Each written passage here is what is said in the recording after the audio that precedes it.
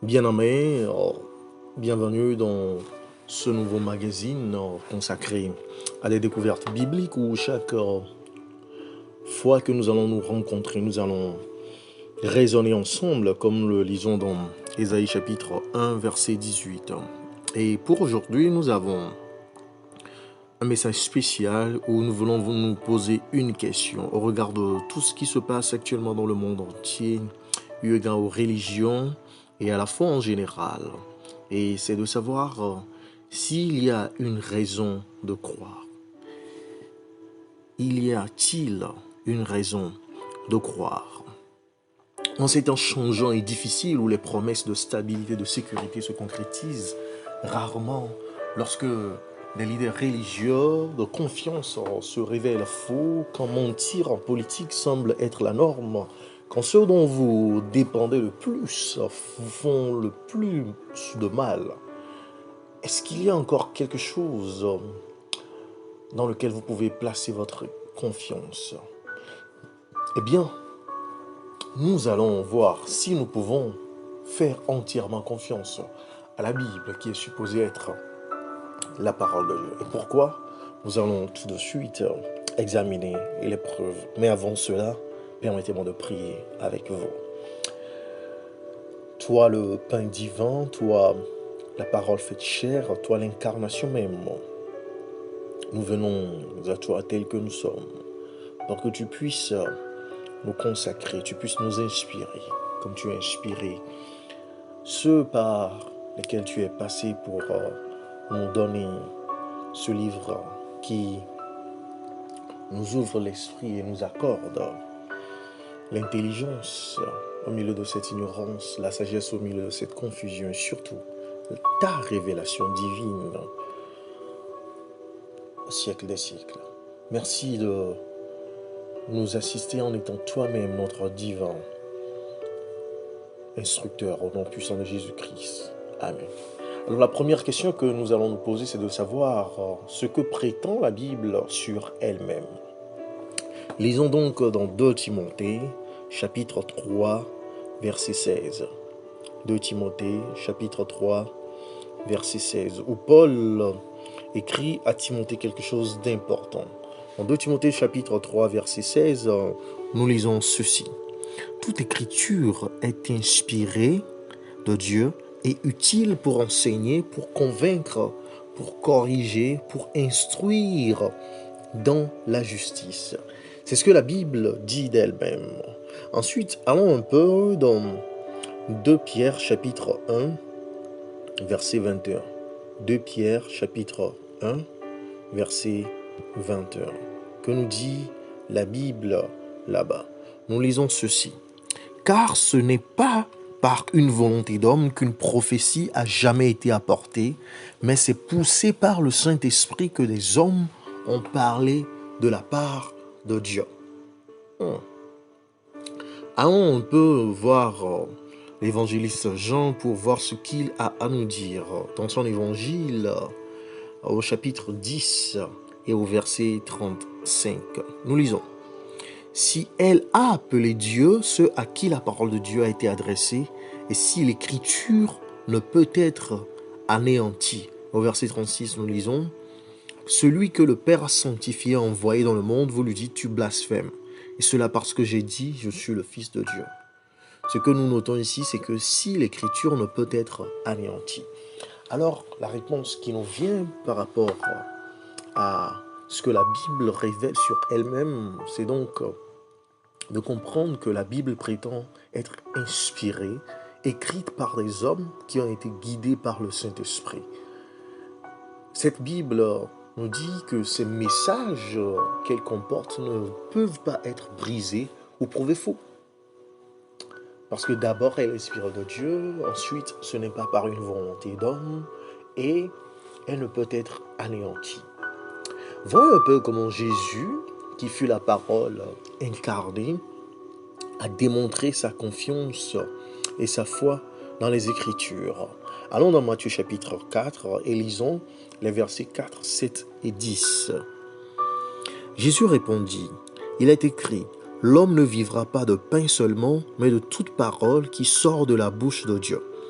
Au verset 7, Jésus lui dit, « Il est aussi écrit, tu ne tenteras point le Seigneur ton Dieu. » Au verset 10, Jésus lui dit, « Retire-toi, Satan, car il est écrit, tu adoreras le Seigneur ton Dieu et tu le serviras lui seul. » Waouh! Donc voici ce que Jésus nous dit par rapport à cette parole inspirée de Dieu, que nous devons vivre par elle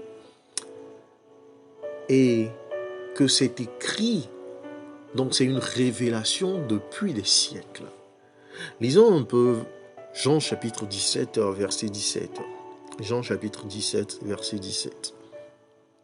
La Bible nous dit, « Sanctifie-les par ta vérité, ta parole est la vérité. » Donc Jésus a cité les Écritures lorsqu'il a été tenté par Satan, nous montrant que nous pouvons vivre par elles.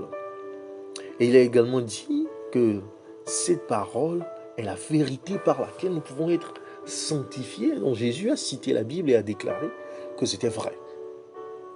Et il l'a cité comme autorité pour tout ce qu'il enseignait et ce par quoi lui-même vivait. Poussons un peu encore loin en voyant comment les prophéties bibliques confirment l'inspiration divine de cette parole. Allons un peu dans Ésaïe qui se trouve dans l'Ancien Testament. Ésaïe, allons au chapitre 42, les versets 8 et 9. Ésaïe 42, versets 8 et 9. Nous lisons, « Je suis l'Éternel, c'est là mon nom, et je ne donnerai pas ma gloire à un autre, ni mon honneur aux idoles. Voici les premières choses se sont accomplies, et je vous en annonce de nouvelles. Avant qu'elles arrivent, je vous les prédis. » Waouh, quelle révélation de Dieu. Et dans Ésaïe toujours, au verset 46, les versets 9 et 10, nous lisons ceci. « Souvenez-vous de ce qui s'est passé dès les temps anciens, car je suis Dieu et il n'y en a point d'autre. Je suis Dieu et nul n'est semblable à moi. J'annonce dès le commencement ce qui doit arriver et longtemps d'avance ce qui n'est pas encore accompli. Je dis, mes arrêts subsisteront et j'exécuterai toute ma volonté. » Waouh! Quelle révélation avons-nous par rapport à la parole de Dieu.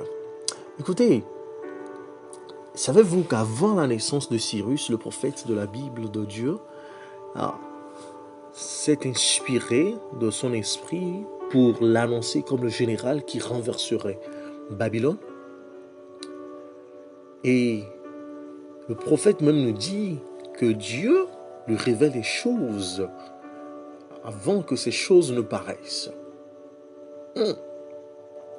Voilà un peu des prédictions de la Bible. Même n'allons pas entrer dans les détails. Parlons des événements futurs qui se sont produits et qui confirment de façon spectaculaire l'inspiration divine des Écritures. Nous avons quelques exemples de prophéties bibliques accomplies. D'abord, les 4 empires mondiaux qui régneraient sur la terre, à savoir l'empire babylonien, Médo-Perse, la Grèce et Rome, que nous trouvons dans les chapitres 2, 7 et 8 de Daniel, que nous étudierons en détail plus tard. Donc je vous invite à vous abonner et à rester fidèle à ce magazine. Ensuite, Cyrus, qui sera le guerrier pour capturer Babylone, est révélé dans Ésaïe chapitre 45, versets 1 à 3. Et dans Ésaïe chapitre 13, versets 19 et 20, ainsi que Jérémie 51, verset 37, nous voyons qu'après la destruction de Babylone, elle ne serait plus jamais habitée. Ensuite, nous avons aussi des révélations dans Ézéchiel chapitre 29, versets 14, 15 et chapitre 30, versets 12 et 13, quant au fait que l'Égypte n'aurait plus jamais une position dominante parmi les nations les plus puissantes. Et dans Luc chapitre 21, versets 25 et 26, nous sommes mis en garde du fait que des calamités bouleversantes paraîtront à la fin des temps, ainsi qu'une peur, une panique générale qui s'emparerait des humains. Et dans 2 Timothée chapitre 3, versets 1 à 5, nous avons cette prédiction biblique que la dégénérescence morale et le déclin de la spiritualité sera sans pareil dans les derniers jours. Donc d'abord, nous avons ce que la Bible dit sur elle-même. Ensuite, ce que la parole incarnée, c'est-à-dire Jésus, Fils de Dieu qui descendit sur terre, nous dit par rapport à cette parole. Et les prophéties qui ont été émises dans cette parole et qui se sont et se réalisent. Posons-nous aussi la question de savoir, est-ce que nous pouvons trouver des déclarations de la Bible sur le monde naturel et qui ont été confirmées par la science? Voyons un peu ce que David a à nous dire dans Psaume chapitre 119. Psaume 119. J'espère que vous avez aussi votre Bible avec vous pour voir, parce que dans Actes, nous voyons les Béréens qui fouillaient et qui voyaient si ce que l'apôtre Paul lui-même leur enseignait était vrai. Donc je vous invite à prendre vous-même vos Bibles. Dans Psaume 119, verset 160, nous lisons ce qui suit. Le fondement de ta parole est la vérité et toutes les lois de ta justice sont éternelles. Oui, le Saint-Esprit qui a guidé chaque rédacteur de la Bible dit toujours la vérité. Voici quelques déclarations bibliques confirmées par la science. Allons dans Job chapitre 26, verset 7. Job 26, le verset 7. Il étend le septentrion sur le vide, il suspend la terre sur le néant. Et ce fait scientifique est mentionné dans la Bible. Et vous savez, les théologiens s'accordent pour dire que Job est le livre le plus ancien de la Bible. Et voyez-vous que la terre n'est suspendue à rien, la terre ne se repose sur rien. Et la science le confirme aujourd'hui. Allons aussi dans Ésaïe chapitre 40, verset 22. Ésaïe 40, verset 22. Là nous lisons. C'est lui qui est assis au-dessus du cercle de la terre, et ceux qui l'habitent sont comme des sauterelles. Il étend les cieux comme une étoffe légère, il les déploie comme une tente pour en faire sa demeure. À lui, la Bible dit que la terre est ronde, des siècles avant que cela ne soit confirmé par les scientifiques. Super. Allons un peu dans Job chapitre 28 aussi, au verset 25. Job 28, le verset 25. Job 28, verset 25. N'est-ce pas après en avoir aplani la surface qu'il répand de la nielle et sème du cumin, qu'il met le froment par rangée, l'orge à une place marquée et les poutres sur les bords?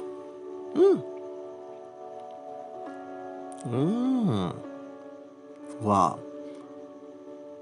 Donc bien avant que la science ne le vérifie, la Bible nous révèle que l'air a du poids.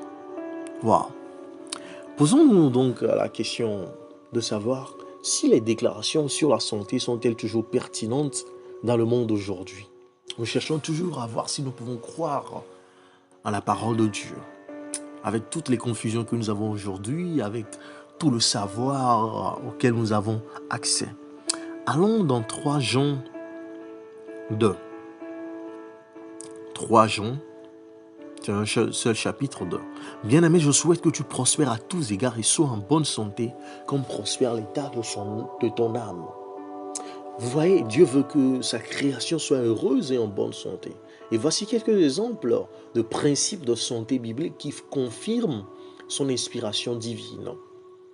Dans Deutéronome 23, verset 12 à 13, nous sommes invités à couvrir les déchets corporels avec de la terre. Le commandement de Moïse, selon lequel les déchets corporels devaient être enterrés à l'extérieur du campement d'Israël, était des milliers d'années en avance sur son temps. Lorsque les déchets humains ne sont pas correctement éliminés, les maladies peuvent se propager rapidement via l'approvisionnement en eau. Ce conseil biblique a sauvé des millions de vies à travers l'histoire. Est-ce que vous savez que c'était juste une question d'hygiène qui générait des morts après les chirurgies. Il suffisait que les chirurgiens se lavent les mains, nettoient tout avant de faire la prochaine chirurgie. Sinon, il y avait trop de contamination. Vous voyez, la Bible parle ici d'hygiène. Allons aussi dans 1 Corinthiens chapitre 10, verset 8, où nous sommes appelés à ne pas commettre l'impudicité. Et vous savez, aujourd'hui, l'immoralité sexuelle ou la perversion fait référence à toute conduite sexuelle inappropriée. Vous pouvez lire aussi le chapitre 18 de Lévitique pour une liste complète. En suivant ce conseil biblique, les gens auraient peu de raisons de craindre des grossesses non désirées, des maladies sexuellement transmissibles telles que le syphilis ou le sida. Allons aussi dans Proverbe chapitre 23, versets 29 à 32, où la Bible nous met en garde contre les boissons alcoolisées. Si tout le monde suivait ce conseil biblique, des millions d'alcooliques deviendraient des citoyens sobres et serviables. Des millions de familles brisées seraient réunies, des milliers de vies seraient sauvées de l'alcool au volant, et les dirigeants du gouvernement et des entreprises prendraient des décisions éclairées. Mais est-ce que vous remarquez que Dieu ne nous dit pas seulement comment réussir et avoir de la joie au milieu des problèmes difficiles d'aujourd'hui, mais il nous donne aussi le pouvoir miraculeux de le faire. Lisons dans 1 Corinthiens chapitre 15, verset 57. Nous lisons, mais grâce soit rendue à Dieu qui nous donne la victoire par notre Seigneur Jésus-Christ. Donc nous pouvons avoir la victoire sur tout problème, la victoire sur tous les vices, la victoire sur toutes les immoralités, la victoire sur toutes les perversions, la victoire sur toutes les corruptions. Lisons un peu ce qu'il nous dit aussi dans Philippiens chapitre 4, verset 13. Philippiens chapitre 4, verset 13. Je puis tout par celui qui me fortifie. Oh, je vous invite actuellement à proclamer cette promesse, à réclamer cette promesse de la part de Jésus-Christ. Demandez-lui d'avoir cette force qui émane de lui, d'être le récipient de cette puissance qui ne peut venir que de lui, pour avoir la victoire sur tous vos soucis, la victoire sur tous vos vices, la victoire sur vos problèmes, la victoire sur vos manquements, la victoire sur vos erreurs. Lisons aussi Romains chapitre 1, le verset 16. Romains chapitre 1, le verset 16. Car je n'ai pas honte de l'évangile, je n'ai point honte de l'évangile. C'est une puissance de Dieu pour le salut de quiconque croit, du juif premièrement, puis du grec. Parce qu'en lui est révélée la justice de Dieu par la foi, et pour la foi, selon qui t'écrit, le juste vivra par la foi. Donc, l'évangile, la parole de Dieu, est aussi la puissance de Dieu pour nous transformer, pour nous sauver, pour nous tirer du gouffre, du bourbier, de la perdition. Et ce n'est pas seulement pour le juif, mais aussi pour le grec, pour tous les non-juifs. Et de recevoir la justice de Dieu, d'être justifié par la foi et pour la foi, afin de vivre par la foi. Oh, cher ami, quelle magnifique promesse que nous pouvons réclamer actuellement.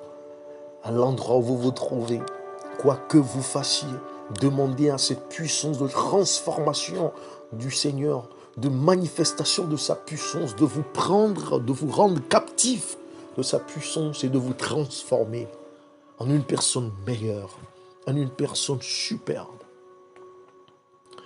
Voyez-vous, les principes de santé de la Bible aussi sont toujours pertinents et sont désespérément nécessaires.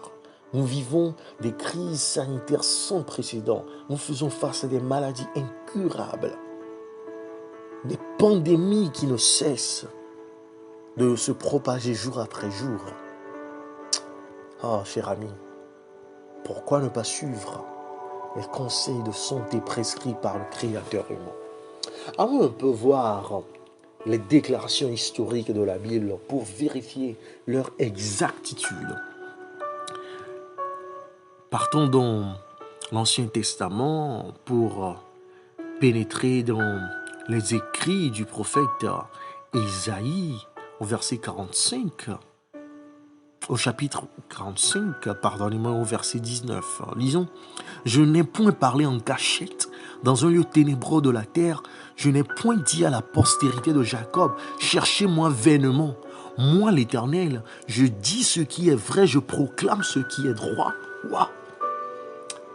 Vous voyez, parfois les preuves ne sont peut-être pas encore disponibles pour prouver certaines affirmations historiques trouvées dans les Écritures, mais des preuves ont fait surface à plusieurs reprises, prouvant la validité de la Bible, la véracité, l'authenticité de ces écrits à travers les siècles et les millénaires. Notez un peu ce qui suit. Pendant des années, les sceptiques ont déclaré que la Bible n'était pas fiable parce qu'elle mentionnait la nation hittite dans Deutéronome 7, verset 1, des villes comme Ninive dans Genèse chapitre 1, verset 1 à 2, Sodome dans Genèse 19, verset 1, dont ils niaient toute l'existence. Mais maintenant, chers amis, l'archéologie moderne a confirmé que les trois existaient. Et selon ces fouilles archéologiques, nous avons des ruines de ces villes dont la Bible a parlé. Ensuite, les critiques se sont attaqués à des portions de la Bible comme Daniel chapitre 5 verset 1 pour dire qu'il n'y avait pas des rois comme Belthazar ou Sargon comme nous pouvons le voir dans Isaïe 20 verset 1, que ces personnes n'ont jamais existé.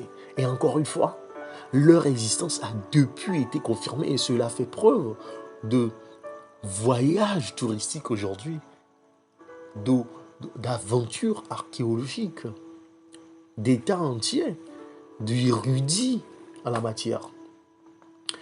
Va un peu dans Exode 24, verset 4 et Exode 14, verset 25, où les sceptiques ont déclaré que le récit biblique de Moïse n'était pas fiable, car il mentionne l'écriture, les véhicules à 4 roues, et qui, selon eux, n'existaient pas à son époque. Mais aujourd'hui, nous savons qu'ils l'ont fait, que la science était avancée au temps des Égyptiens, que la connaissance était poussée au point qu'ils avaient une technologie hors norme.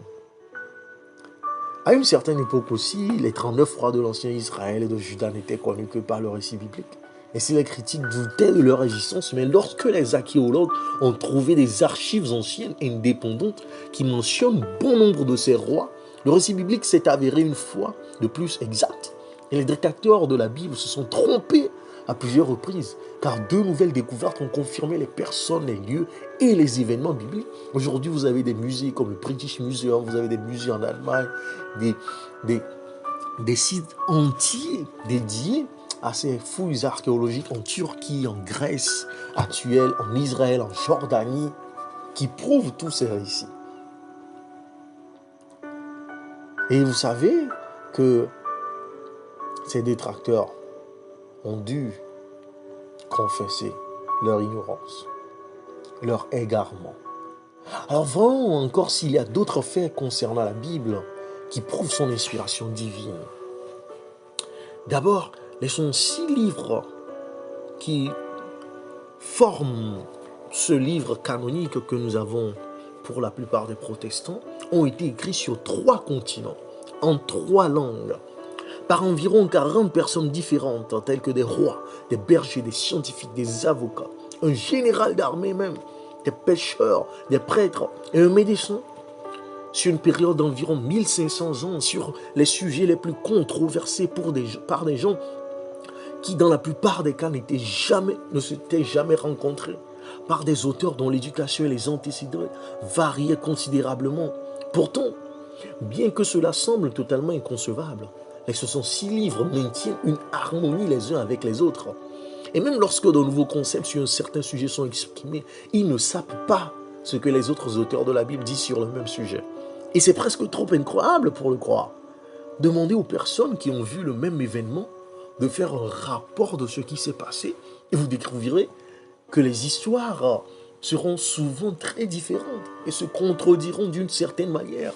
Aujourd'hui, il suffit seulement de consulter les nouvelles, de voir différentes stations de télévision ou d'écouter différentes stations de radio et la même nouvelle ou le même fait est rapporté de diverses manières ou le même sujet académique est rapporté de diverses manières, controversé par celui-ci ou par celui-là. Pourtant, la Bible, écrite par 40 écrivains sur une période de 1500 ans, se lit comme si elle avait été écrite par un seul esprit. Et en effet, oui, c'est ce que Pierre nous dit, que les hommes ont été inspirés par Dieu. Ouais. Le Saint-Esprit les a tous déplacés. Et c'est pour cela que Paul met l'emphase sur le fait que la Bible est inspirée de Dieu. Et en son temps, il y avait déjà l'Ancien Testament, il y avait les évangiles et les épîtres qu'il avait écrits auparavant, avant d'écrire à Timothée. Donc aujourd'hui, nous ne pouvons pas faire exception de ce livre canonique, de ces 66 livres. Il est le véritable auteur de la Bible, notre Créateur. Vous pouvez alors vous poser la question de savoir quelle preuve d'inspiration biblique trouve-t-on dans la vie des gens? Est-ce que je peux voir quelqu'un aujourd'hui me prouver que cette parole est inspirée de Dieu? Mais vous êtes vous-même le miracle. Vous êtes vous-même la réponse à cette question. Si cette parole de Dieu, étudiée dans l'humilité, dans la prière, la méditation, dans la communion divine, dans le but de chercher transformation par la puissance de Dieu, chers amis, vous êtes le témoin de vivant de ce que Paul disait aux Corinthiens dans son deuxième épître au chapitre 5, verset 17. Si quelqu'un est en Christ, il est une nouvelle création. Les vieilles choses sont passées. Voici, toutes choses sont devenues nouvelles. Oui, si quelqu'un se donne en Christ pour être transformé par lui et pour être conduit par lui, la sobriété, oh la pureté, oh l'intégrité, oh l'excellence, oh le succès sont sa part. Oh les vieilles choses, les vices, oh les impuretés, oh les immoralités, oh les malhonnêtetés, oh les corruptions sont passées. Et voici, toutes choses sont devenues nouvelles. Oh cher ami, vous êtes la preuve, vous pouvez être la preuve palpable de la puissance de transformation de ce livre. Ce n'est pas seulement un livre à dessein d'information, mais à dessein de transformation, à dessein de régénération. Oh, les vies changées de ceux qui suivent Jésus, obéissent aux Écritures, fournissent certaines des preuves les plus convaincantes de l'inspiration divine de la Bible. L'ivrogne devient sobre, la personne immorale devient pure, le toxicomane devient libre, le profane devient respectueux, la personne craintive devient courageuse et la personne cruelle devient gentille. Oh, vous vous demandez certainement quelle preuve de l'inspiration biblique émerge lorsque nous comparons les prophéties de l'Ancien Testament concernant la venue du Messie avec les événements du Nouveau Testament, avec la vie de Jésus.